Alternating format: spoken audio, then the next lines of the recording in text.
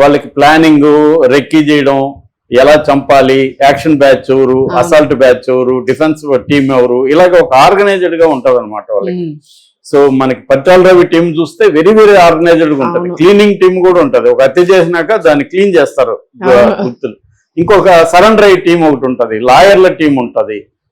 ఇలాగా వాళ్ళు చాలా ఆర్గనైజ్డ్ గా చేస్తారు. అలాగా ఇక్కడ మనకి జరిగింది. ఆ తర్వాత నయీముద్దీన్ కూడా, వాడు కూడా వెరీ ఆర్గనైజ్డ్. అతనికి ఏంటంటే ఇటు నక్సలైట్ బ్యాక్గ్రౌండ్ ఉంది, ఆర్గనైజేషన్ తెలుసు. 7 ఏళ్ళు అతను మిలిటరీ స్కూల్లో ఉన్నట్టే జైల్లో ఉంటే. ఎందుకంటే మిలిటరీ కమిషన్ అని ఉంటది పీపుల్స్ వార్లో అప్పట్లో.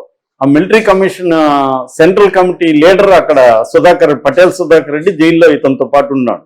అతను రోజు వీళ్ళకి మిలిటరీ క్లాసులు చెప్పేవాడు, ఎలా అటాకులు చేయాలి అవన్నీ. అంతకుముందే ఇతనికి ఆ నేపథ్యం ఉంది.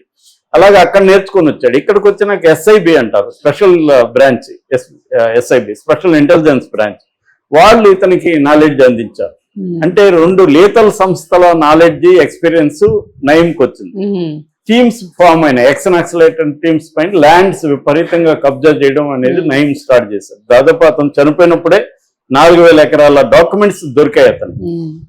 సో అలాగా ఇక్కడ ఏమైందంటే క్రైమ్, ఆర్గనైజ్డ్ క్రైమ్ అనేది ఇటు మాజీ నక్సలైట్లు, ఫ్యాక్షనిస్టులు, ఈ 2. అందుకనే దీన్ని మేము అప్పట్లో దక్కన్ మాఫియా అని వెబ్ సిరీస్ కూడా చేద్దాం అనుకున్నాం. ఈ 2 కాంబినేషన్ మనకు బయట కనబడదు వేరే స్టేట్ లో. ఇక్కడ separate unique combination, lethal combination ఇది. సో అది దాంతో ఏమైందంటే BRS వచ్చినాక కొత్త వర్గం వచ్చినప్పుడు వీళ్ళు కొత్త రిచ్ వచ్చారు.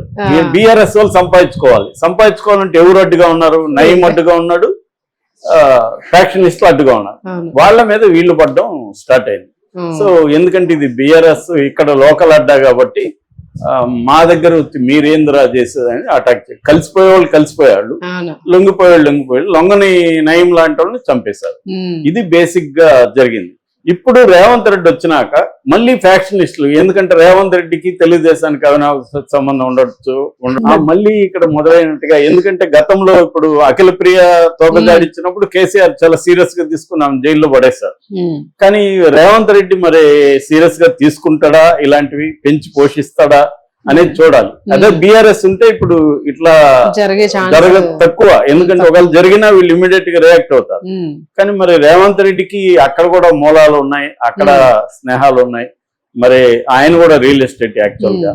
మరి దీన్ని చేస్తే మాత్రం అది రేవంత్ రెడ్డికి ఇబ్బంది ఖచ్చితంగా చేయకపోతే.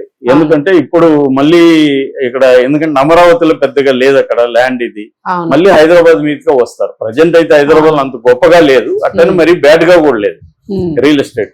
ఎంతున్నా వీళ్ళ బలం ముందు, గన్స్, ఈ కల్చర్ ముందు ఎవరేం చేయలేరండి. ఎందుకంటే నేను పర్సనల్ గా చూశాను, నయీం మీద నేను సినిమా చేసినప్పుడు నేను అనేక మంది బాధితులను కలిశాను. వీళ్ళు మెథడ్స్ ఏంటి, వీక్ ఓనర్స్ ఉండే వాళ్ళని కనిపెడతారండి. వీళ్ళు కనిపెట్టేది కూడా వీళ్ళకి ఏంటంటే MRO ఆఫీస్ నుంచి రికార్డ్స్ వచ్చేస్తాయి.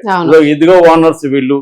ఇప్పుడు ఒక 100 ఎకరాలు ఉంది అనుకో, ఎక్కడెక్కడ 100 ఎకరాలు బిట్ ఉంది, దీని ఓనర్స్ ఎవరు, వాడి ఉన్న బలం ఏంటి.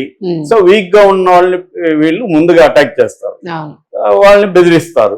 సో వాళ్ళు ఏం చేయాలి, పోలీసుల దగ్గరికి పోతారు. ఆల్రెడీ వీళ్ళు పోలీసులతో టైప్ అయిపోయింది, నీ వాట ఎంతో నా వాట. వాళ్ళు కూడా పోలీసులు ఏం చెప్తారు, నువ్వు నయీంతోనే ఏదన్నా చేసుకోవా, మేము చేసేది ఏముండదు, ఇది సివిల్ మ్యాటర్ అని వస్తారు. వాళ్ళు కన్వీనియంట్ గా సివిల్ మ్యాటర్ ఇది, మీరు ఏం చేయండి అనేస్తారు.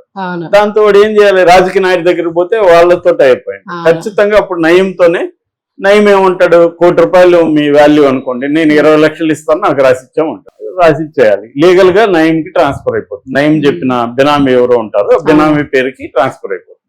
ఈ మెథడ్ ని నయీము ఇటు మన ఎవరు రెవెన్యూ, తర్వాత ల్యాండ్ రిజిస్ట్రేషన్ లో అయితే నయీం ఎక్కడ ఉంటే అక్కడికి వచ్చి రిజిస్ట్రేషన్ చేసేవాడు. వీళ్ళందరికీ దాదాపు 250 మందికి బ్యాంక్ నుంచి శాలరీలు వెళ్ళేవి నయీం దగ్గర. ఎవ్రీ మంత్ ఇతను శాలరీలు ఇచ్చేవాడు. పోలీసులకి మామూలుగా నయీం ఇదేంటంటే కీస్ తీసుకెళ్తాడు, పోలీసులు కలవడానికి పోయినప్పుడు. ఆ కీస్ కారు కీస్ అన్నా ఉంటాయి, ఫ్లాట్ కీస్ అయినా ఉంటాయి. ఇదన్నమాట నయీం మెథడ్.